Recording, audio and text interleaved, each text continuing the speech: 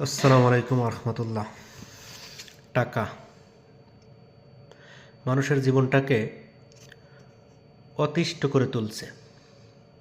যদি না হয় আপনি মসজিদের ইমাম সাহেবরে জিজ্ঞাসা করবেন আপনি কয় টাকা বেতন পান।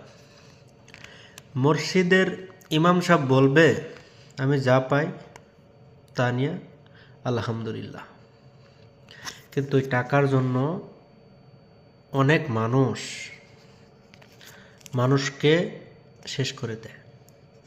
আবার এই টাকা না থাকলে মানুষের জীবনে কোনো কিছু হয় না। দেখেন, টাকা আছে, টাকা থাকবে। আমি একদিন থাকবো না, আপনিও থাকবেন না। বিষয়টা কি জানেন? এই জন্য কথাগুলো বলতেছি। আজ এই টাকার জন্য কত যুদ্ধ, কত কিছু করি আমরা। আসলে আমার সাথে কি যাবে? টাকা, বাড়ি, গাড়ি,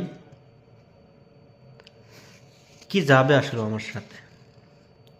এই জিনিসটা নিয়ে আমরা এত চিন্তিত। বাস্তব যে জিনিসটা আমাদের সাথে যাবে, আসলে ওই জিনিসটা আমরা অনেকেই করি না।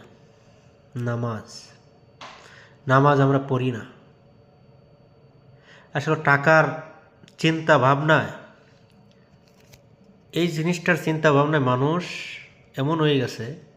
এই জন্য আমি প্রথমে বললাম মসজিদের ইমাম সাহেবরা জিজ্ঞাসা করেন আপনি কেমন আছেন। উনি যদি 2000 টাকা বেতন পায় তারপরে বলে আলহামদুলিল্লাহ। আমরা যারা আছি লাখ লাখ টাকা ইনকাম করার পরেও বলতে পারি না আলহামদুলিল্লাহ। কিছু জন্য জানেন, আমাদের হইতেছে না এই বিষয়, এই জিনিসটা নিয়ে। টাকায় আমরা পোষাইতেছে না। আরও দেও, আল্লাহ আমাদের আরও দেও। আল্লাহ দোয়ার মালিক, আল্লাহ তো দিব আমাদের। এই জন্য টাকা পয়সা নিয়ে কেউ বড়াই করবেন না। যা আছে তাই নিয়ে বলেন আলহামদুলিল্লাহ। তার কারণ টাকা পয়সা দুনিয়ার থেকে নিয়ে যাবেন না, যেটা নিয়ে যাবেন ওইটা করার চেষ্টা করেন। সবাই ভালো থাকবেন। আল্লাহ হাফেজ।